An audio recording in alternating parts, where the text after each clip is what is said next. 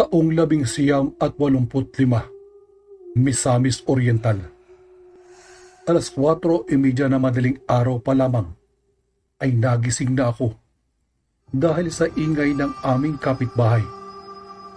Hindi ko mapigilang makaramdam ng inis dahil sa sobrang lakas ng sigawan ng mag-asawa. Malamang ay nag-aaway na naman sina kumparing Bobby at ang misis niyang si Iska. Halos araw-araw na lamang ay palaging ganun ang eksena ng dalawa. Wala rin naman akong magawa kundi ang manahimik na lamang at isa pa'y ayaw kong masangkot sa gulo na mag-asawa. Hindi naman sila ganun dati, ngunit nagbago lang ang lahat. Nang mag-ibang bansa si Iska at makaraan ng ilang linggo simula nang bumalik ito, ay palagi na silang nag-aaway. Wala rin namang may nakakaalam kung ano ang punot dulo ng alitan nilang dalawa. Hindi na rin naman ako makabalik sa pagkakatulog ng madaling araw na iyon, kaya't bumangon na lamang ako at naghanda ng aking almusal. Kilala ako sa aming lugar sa pangalan ng Mike Ivan. 38 anyos na, ngunit matandang binata. Nang makapasok ako sa trabaho ng araw na iyon, bumungad sa akin ang bali-balitang may nawawalang mga bata na naman sa aming lugar at ilang bangkay ng mga kababaihan ang natagpuan sa tagong lugar. Hindi na bago sa akin ang mga balitang iyon dahil napapadalas kong naririnig ang mga kababalaghan sa aming lugar. Nang sumunod na araw ay nabalitaan ko na lamang na nilayasan na raw ni paring Bobby ang kanyang mag-ina. Halos hindi pa nga ako makapaniwala dahil sa balitang narinig. Siya lang ang dating inaasahan ng kanyang pamilya. Ngunit nang umalis ito ay walang nagawa si Maring Iska, kundi ang maglako upang may panggastos sa pang-araw-araw na gastusin ng kanyang anak na si Luisa. Nang sumunod na gabi, hindi ko alam kung gaano ako katagal nakatulog. Basta na lamang ako naalimpungatan dahil sa iyak na bata na aking narinig. At kung hindi ako nagkakamali, ay si Luisa ang batang umiiyak, ang aking inaanak na anak ni paring Bobby. Hindi ko na lamang pinansin ang mga bagay na iyon. Dala ng aking antok, ay muli akong nakatulog. Kinabukasan ay nagising ako dahil sa sikat ng araw na tumama sa aking muka. Napatingin pa nga ako sa nakabukas na bintana. Naisip ko na baka binuksan na iyon ni nanay dahil umaga na nga. Nanibago ako ng araw na iyon dahil sa loob ng ilang taon, ng mga oras na yun lang uli ako nagising na walang ingay na naririnig kung anumang kaguluhan. Ngunit aaminin ko, sobrang nakakapanibago. Kagaya ng nakagawian, nang makabangon ako ay kagad akong dumiretso sa sala. Napasulya pa nga ako sa labas ng aming bintana na gawa lang sa kawayan. At eksakto namang napadaan si Maring Iska. Kaya tinawag ko siya at tinanong kung ano ang kanyang nilalako ng araw na iyon. Lumpiang giniling, bibili ka ba kumpare? Balik tanong niya sa akin. Kaya tinanong ko si mama ko may pera ba siya. Ngunit sumagot si mama na wala raw siyang pera. Kaya hindi kami nakabili ng lumpia ni Maring Iska. Papautangin pa nga sana ako ni Maring Iska at babayaran ko na lamang daw pag sweldo ko. Ngunit ako na mismo ang tumanggi. Hindi rin naman nagtagal ang pag-uusap naming dalawa dahil agad din siyang umalis dahil kinakailangan pa niyang ilako ang kanyang ibinibinta. Nang sumunod na araw ay ganun pa rin ang palaging eksena. Sa tuwing umaga bago ako pumasok sa trabaho, ay lagi kong nakikita si Maring Iska na naglalako ng kanyang mga paninda. Tungkol naman sa mga kababalaghang nangyayari sa aming lugar, ay sunod-sunod pa ring mga bangkay ang natatagpuan sa masukal na bahagi ng aming baryo at panay reklamo ng ibang pamilya na nawawala ang isa sa mga mahal nila sa buhay. Laging usap-usapan din sa baryo ang gumagalang aswang. Isa si Paring Simon ang nakapagkwento na minsan na raw niyang nakita ang gumagalang aswang. Animoy nagaanyong malaki at mabagsik na aso raw ang aswang. Ngunit dahil sa sobrang liksi ng bawat galaw ng aswang, ay hindi niya ito magawang mahuli. Patuloy pa rin naging misteryo para sa lahat ang tunay na katauhan ng aswang. Walang nakakaalam kung taga-baryo ba siya o kung sang lupalop ng Misamis Oriental na ninirahan. Nay, nakikita mo ba si Luisa? Hindi. Ilang araw ko na nga rin hindi nakikita yun eh. Tugon ni nanay. Matapos ko siyang tanungin. Nakagawian na kasi namin na laging tumatambay at nakikipaglaro ang aking inaanak sa amin. Ilang araw ko na rin siyang hindi nakikita.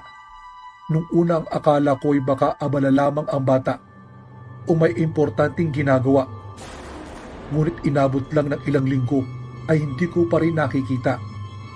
Kaya nang mapadaan si Maring Iska sa amin, ay tinanong ko siya kung nasaan si Luisa. Ngunit sa kasawiang palad, wala akong nakuhang tugon mula sa kanya. Nagpalusot lang ito na nagmamadali at kinakailangan niyang ilako ang kanyang paninda bago pa ito tuluyang manlamig. Hindi ko na lamang pinansin ang mga bagay na iyon sa isipin na baka abala lang talaga silang mag-ina. Gayong iniwan na sila ni kumpare. Hindi ko rin minsan mapigilan ang mapaisip kung bakit nga ba sila nagawang iwan ni kumpare. Sa pagkakakilala ko kasi kay kumpare, ay mahal na mahal niya ang kanyang mag-ina. Kaya nung mga panong lagi silang nag-aaway ng kanyang asawa, ay nakakaya pa rin niyang magtiis at hindi nito magawang iwan ang kanyang mag-ina. Naalala ko pa nga ang sinabi sa akin ni kumparing Bobby. Anay natural lang daw sa mag-asawa ang mag-away. At iyon pa nga raw ang nagpapatatag sa mag-asawa. Kaya halos hindi ako makapaniwala nung nabalitaan ko na umalis na pala si kumpare at iniwan ang kanyang mag-ina. Ni walang nakakaalam kung saan ito nagpunta. Pasado 10:30 ng gabi nang magising ako dahil sa naramdamang pagkauhaw. Dumiretso ako sa kusina at kumuha ng tubig na maiinom. Hindi ako kaagad bumalik sa kwarto. Sa halip ay napagpasyahan kong magpahangin na lang muna sa labas. Ngunit nang makalabas ako, ay natanaw ko sa mismong harapan ng bahay ni Maring Iska ang isang mabagsik na asong nakatayo. Ngunit sa isang iglap ay bigla na lamang itong nag-anyong tao. At ang mas nakakagulat pa, bumungad sa akin si Maring Iska. Nang dahil sa sobrang pagkagulat, ay mabilis akong pumasok sa loob ng bahay. Hindi ko alam kung napansin ba niya ako. Gulong-gulo ang aking isipan ng gabing iyon. Maraming mga katanungan ang bumabagabag sa aking isipan. Ngunit iisa lang ang sinigurado ko. Aswang si Maring Iska. Halos hindi akong makatulog ng gabing iyon dahil sa aking mga nalaman. Kinabukasan, kagaya ng nakagawian, ay napadaan si Maring Iska sa bahay. Tinanong ko ulit siya kung nasaan si Luisa. Ngunit nagmamadali lamang itong umalis. Bigla akong kinutuban ng sandaling iyon. Kaya't nang tuluyan siyang nakaalis, ay siya namang pagpasok ko sa kanyang bahay. Mabuti na lamang at hindi gaano katibay ang kandado ng kanyang bahay. Kaya mabilis akong nakapasok sa loob. Nang makapasok ako ay malansang amoy agad ang bumungad sa akin. Sa sobrang lansa at baho noon ay hindi ko mapigilan ang masuka. Sinundan ko kung saan nagmula ang amoy hanggang sa mapadpad ako sa kanilang kusina. At ganun na lamang ang pagkagulat ko dahil sa aking mga nakita. Natagpuan ko ang putol na ulo ng anak ni Maring Iska sa harapan ng makina ng gilingan. At sa tabi nito ay naroon ang mga giniling na karne.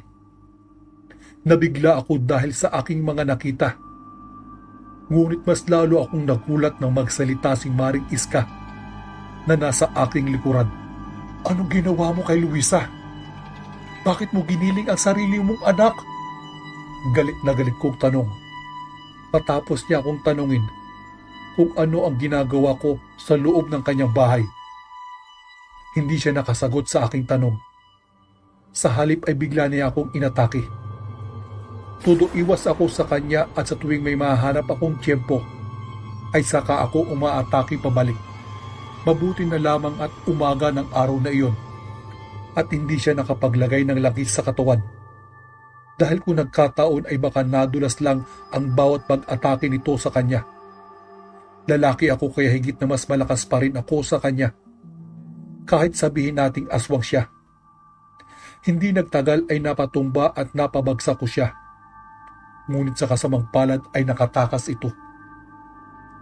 Agad kong sinabi sa mga pulis ang aking mga nalaman.